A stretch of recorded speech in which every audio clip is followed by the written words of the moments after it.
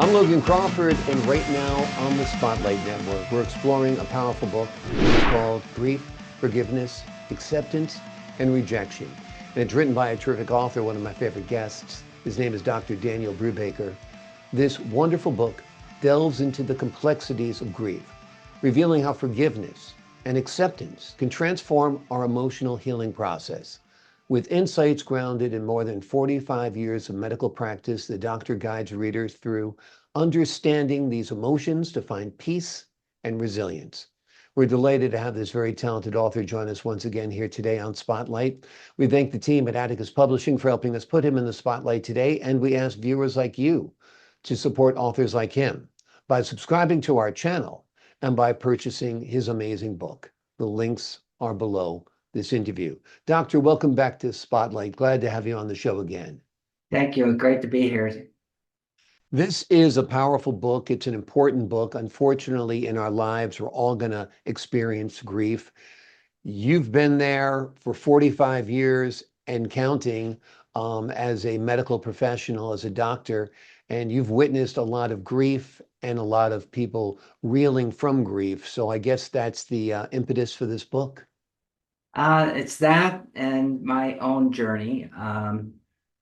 The last 25 years I've been doing type of medicine, medical legal medicine, and it's patients that I see with work injuries, injuries due to motor vehicle accidents, pedestrian, bicycle injuries, all kinds of different injuries. So I see these patients who go through a grieving process. Even the work injuries, sometimes it takes a while for them to get treated, and they go through a grieving process. Sometimes they even lose things like their homes through the process. So that's been an impetus for me to do the book, but I've had my own journey myself. It would take an hour to go through it. I can go through a little bit if you want. Sure, sure. So in 2000, I was diagnosed with glaucoma. I lost vision in my right eye due to a tear in my cornea or in my retina, and that had to be treated with laser surgery. So they diagnosed me then with glaucoma, and I've been dealing with that for the past 24 years. Mostly managed by medications, eye drops. For those of you who don't know what glaucoma is, it's an increase in pressure in the eyes, and eventually people can go blind with it. So in 2000, the day after Thanksgiving, I was diagnosed with colon cancer. And 2 years or a year later, it was metastatic to my liver. And they took out the right lobe of my liver and went through more chemotherapy. Mm-hmm. And then I went through a divorce, and I went through a bunch of other things. And I was doing great with my eyes up until 2011. And what they do is they put tubes in your eyes to circulate the fluid. So they did the right eye, and that was successful. They did the left one, and it got clogged. And instead of taking it out, he tried to salvage it. And he gave me an injection with a steroid. I had no idea it was going to do it. He did it in the office. All of a sudden, I had a needle in my eye. But he nicked the cornea, so I had to have a cornea transplant. I went through 10 different surgeries in my left eye, and I lost complete vision in my left eye. So that's left me with my right eye with glaucoma. And gradually, it's been diminishing with vision, going from 2020 to 2030 to 2050, and right now it's 2050. So I've been doing these books with low vision. And that's what's prompted me to do the book too, because I've been going through a grieving process myself. Especially this is a progressive disease, and eventually I may become blind. I don't know. We're doing everything to prevent that. So that gave me a lot of drive to do the book, because I was unable to do any of my other activities that I did in the past, like downhill skiing and cross country skiing and mountain biking and all that. And I went through six spine surgeries and two wide incision melanoma surgeries since 2012. So I've had a journey myself, Yeah. and none of that is in the book. The book is not about me, and a lot of times these grief books are about how Mm. people cope with their grieving process, whatever trauma they've gone through. But I wanted to do it from a medical perspective, and I wanted people to learn um, what they're going through. So my theory is when you know something, when you're aware of something, you can change it and make choices and cope. So that's the reason for the book. Yeah. Well, what a journey you've been on medically. I'm so sorry you've had all those challenges. I can relate to your low vision. I had a retinal detachment, a vitrectomy, a sclera buckling, and I can barely see out of my left eye also. So you never know what people are going through. You know what I mean? Exactly. I And mean, they're particularly with your eyes. I feel it's very much connected to your brain and very much connected to your heart and your spirit. I mean, I think when there's something going on with your eyes, there's a lot of grief and depression that sets in, don't you think? oh yeah, exactly. And I mean, one of the points I make in the book, you know, Elisabeth Kübler-Ross, she wrote the book on death and dying in 1969, and I was in medical school. Well, the book came out just before I was in medical school, and we had to read it. Going through medical school, it was we didn't, what in medicine you don't really deal with death and dying Yeah. like Elisabeth Kübler-Ross did. So that book is end stage type of problems of dying, and she came up with the first one was uh, denial, then anger, then bargaining, and then depression and acceptance. Hmm. So I have that in the book as well, but I added to it. The first one is shock, and the last one is moving on. And I can tell you when I had been diagnosed with colon cancer, I was in denial. I Hmm. was a doctor, but I was still in denial that I had this. And one of the things that I did after the diagnosis and going through chemotherapy, I kept working and I moved on. I moved on quickly, Hmm. put everything aside and just continued to work. And that's what got me through everything. So yeah, it's a journey and Yeah. everybody has a grieving process. I have a motto or a saying, uh, pain, suffering, grief are inevitable, but suicide is not. Yeah. Very, very important because people do feel at the end of their rope often when they are given these bad diagnoses or heartbroken from the illness of a loved one. Your book also deals with forgiveness and different types of forgiveness. Tell us about this aspect of your book. Um, yeah, so there's four types of forgiveness. There's exoneration, which is the one where somebody might have said something that hurt your feelings and they apologize and you forgive them right away. And then there's forbearance, where you don't forgive them right away, but down the line a day or two, you might forgive them for whatever they did to hurt you. Mhm. Uh, then there's threatening.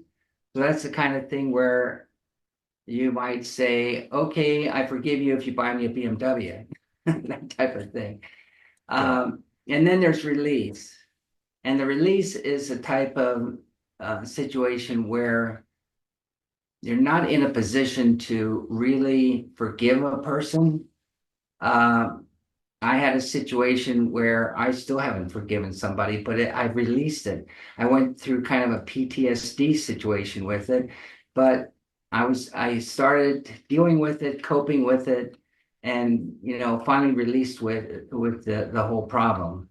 Hmm. So that's that's four of them. I also added to it submissive, which I see with Christians. They'll say, uh, I forgive you if their child was killed or something like that. And the brain doesn't work that way. I think, you know, in religion, especially Christianity, there's something like 90 different forgivenesses in the Bible. And the whole deal about Christianity is forgiveness, but the brain doesn't necessarily forgive right away. Ah, So it's a process. It's just like grieving. yeah. So that's a purpose for getting into forgiveness, and it's kind of the same process as grieving, but it releases some of that anger that you might have, uh, and um, other types of issues, anxiety or whatever. Yeah. So I put that in the book too because I feel like it's a part of the whole part of the grieving process as well. Yeah. Um, you basically, if somebody has hurt you and they should be forgiven, or perhaps you want to forgive them so you come to peace with yourself, you want to get to the point where if you haven't rekindled that relationship, perhaps you at least are apathetic about it, that you no longer care, that you're not emotionally invested in it. Is that when you get the release? I would say so. Yes. Yeah. Um, it would be to the point where you're not ruminating over the whole issue, and everything's gone. You're fine with the person or with whatever happened. When dealing with something terrible like the death of a loved one, I mean, the most awful thing anyone can think of usually is the death of a child. Um, the grieving, it never goes away. You're always heartbroken on some level, do you think? Or what are your thoughts on that, Oh Doc? yeah, I state that in the book. Uh, I myself, with my situation, I get frustrated sometimes, especially with technology. I can't see details, and I get angry. Sometimes my eyes are better than other times, and I feel really great, and then other times it's a little bit worse and I feel depressed. So yeah, it's a process. I say in the book, it never really goes away, but you have to learn to cope with it and put one step in front of the other and just move on. That's kind of the whole purpose of the grieving process is to move on, to keep going and not let it get to you. Yeah. Yeah. I often liken it to like a bad knee. It gets better at times, but when you least expect it, sometimes it goes out on you. That's what grief is like. You feel like you're over it. You've mourned, you've cried, it's been years. And then you hear a song or a photograph or something, and you're reminded of your love for that person, and the sorrow is there. And that's just a measure of your love, I think, in many ways too, right? Right. Yeah. Uh, and in the first chapter of the book, I deal with crying. The whole chapter is about crying, and there's I go through the physiology of it as well. And I do that in the book with other issues too. I kind of go through the neurobiology and I make it easy for people to understand. And for healthcare workers, in the back of the book, I have more scientific detail, but I didn't want to put that in the book because it would be just too much. But what I was going to say about the crying, uh, I have my wife tell me sometimes, "Oh, don't cry. I don't want to see you cry." But crying is a release, and the whole process is, and the brain releases hormones that make you feel better. So it's something I'm telling people to don't let anybody stop you from crying. It helps your whole parasympathetic system relax and calm you. So it's a good thing. Now, what about, and I would think it's a negative thing, taking some kind of prescription medication when you're heartbroken and grieving. I know a lot of people do turn to that. I'm not an advocate of it myself. I was wondering what your views on that are. Well, now I see, like I said, I see patients that were in motor vehicle accidents. They've had concussions.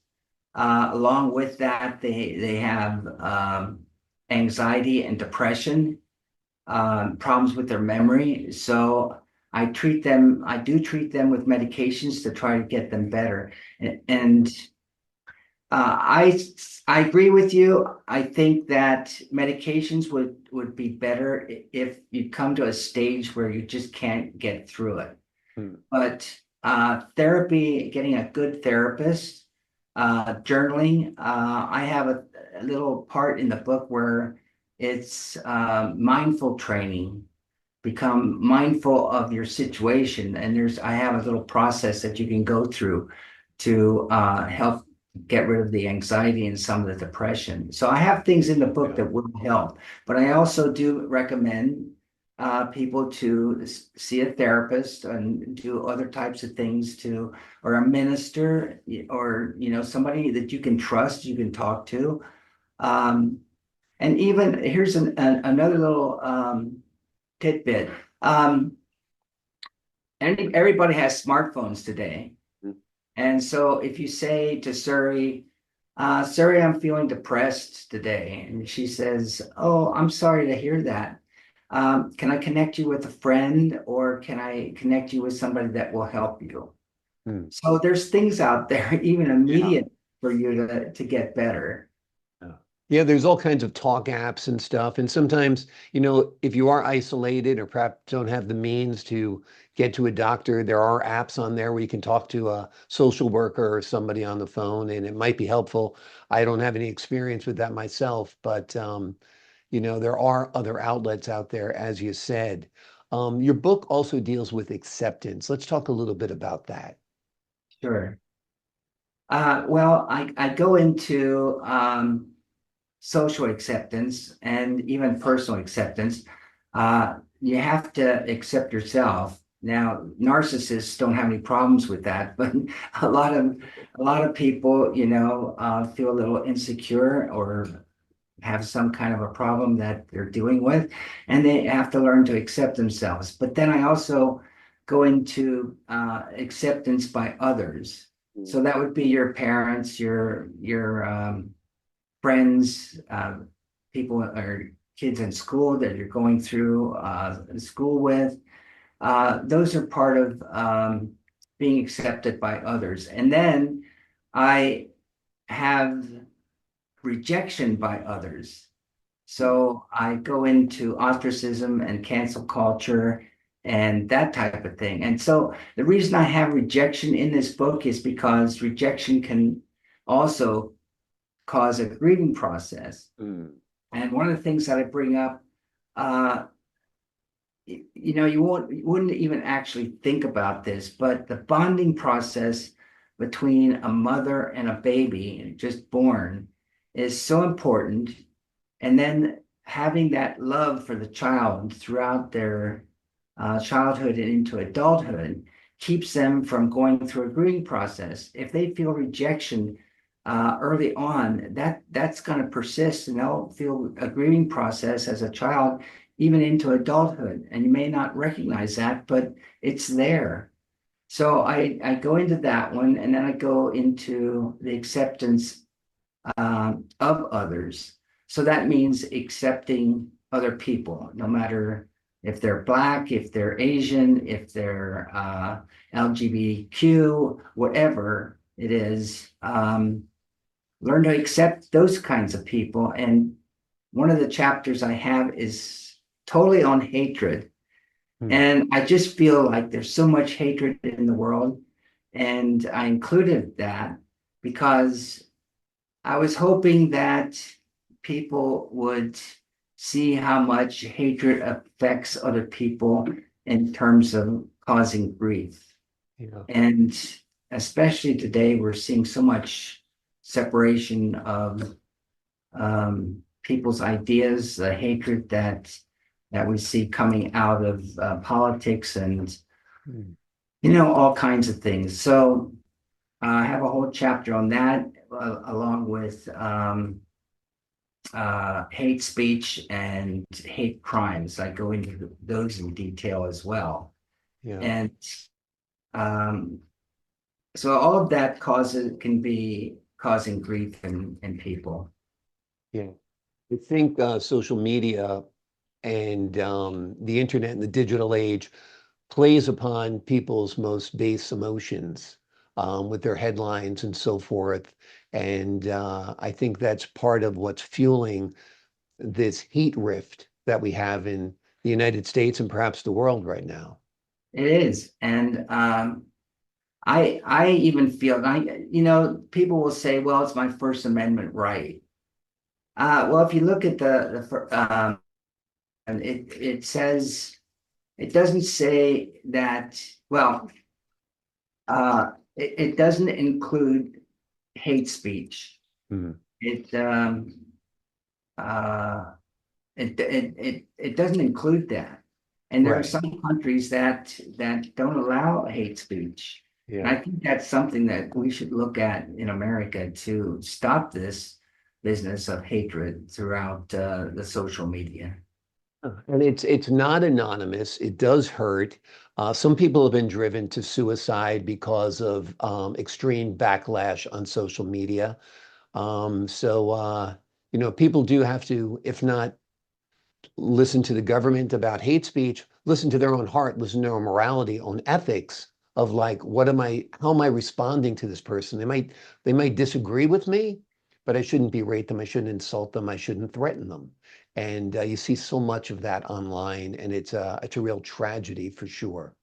It is. And I mean, we're seeing more of it. And I think with this oncoming 4 years, we're probably going to see a whole lot more of it. Yeah. And I hope that we can all get through that. And certainly reading the book should help to some extent, I hope. Yeah. Um, that's my message.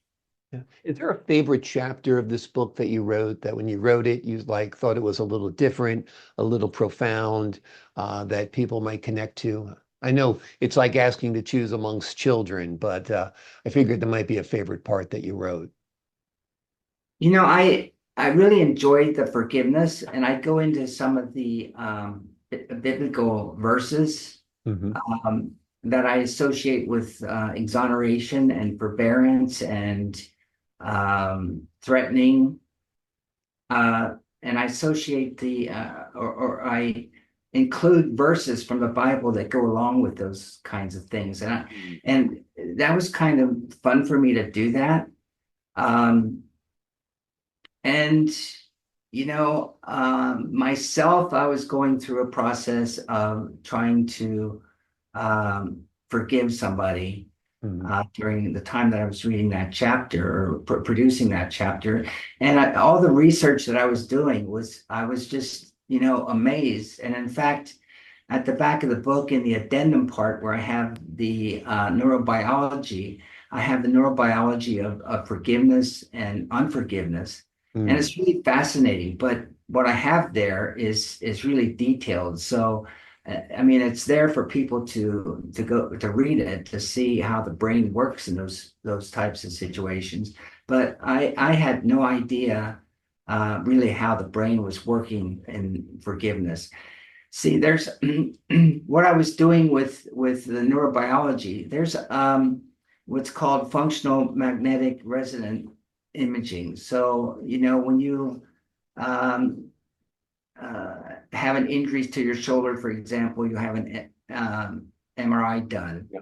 It's the same process, but it's really a much more detailed instrument, and they have different computerization built into it that can see the area where there's more blood circulation. So when you respond to something, there's more blood circulation to a particular part of the brain. And I was really, really fascinated by how they were presenting that with forgiveness and unforgiveness. Uh, it's holding a grudge can be very, very detrimental to one's health, don't you think? Oh, Keep that absolutely. anger. Yeah. Yeah, absolutely. And anxiety, depression, all of those are not good for your health. I go through that in the book as well.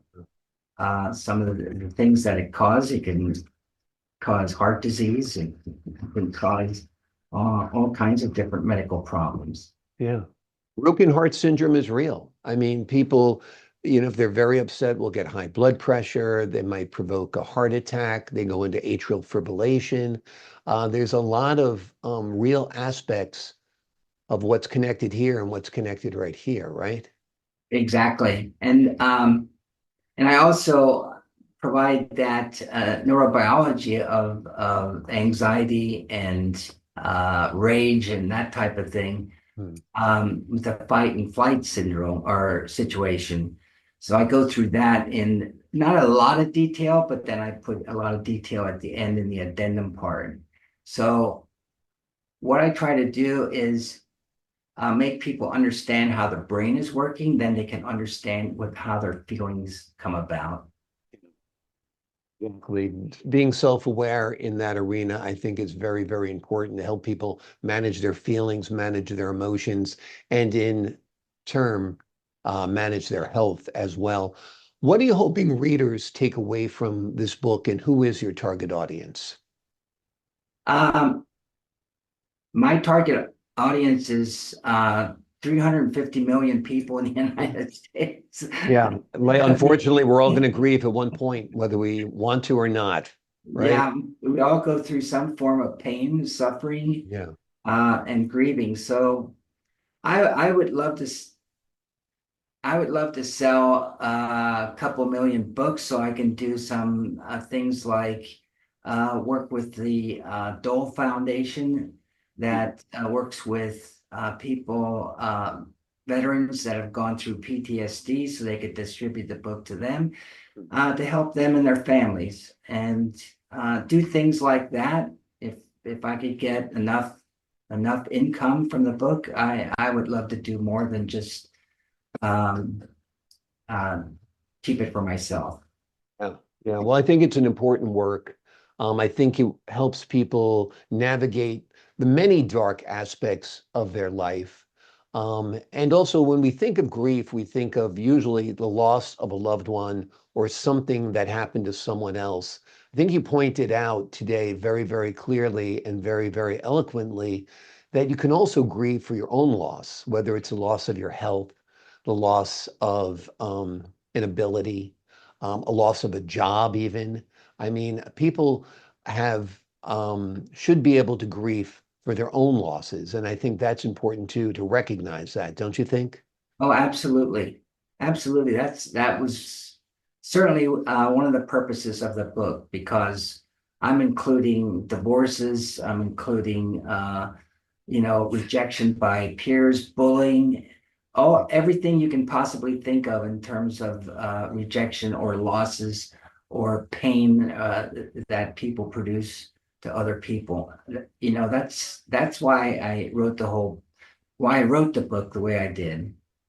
Well, we're glad you did. It's an important book. The name of the book is Grief, Forgiveness, Acceptance, and Rejection. It is a powerful book that delves into the complexity of grief, revealing how forgiveness and acceptance can transform our emotional healing process. With insights grounded in more than 45 years of medical practice, the doctor guides the readers through understanding these emotions to help them find peace and resilience. Doctor, thank you so much for joining me here today on Spotlight. Thank you so much for having me. I really appreciate it. I appreciate your time, your insight, your wisdom. And to the folks at home, I'm Logan Crawford, thanking you for your time this time until next time on Spotlight.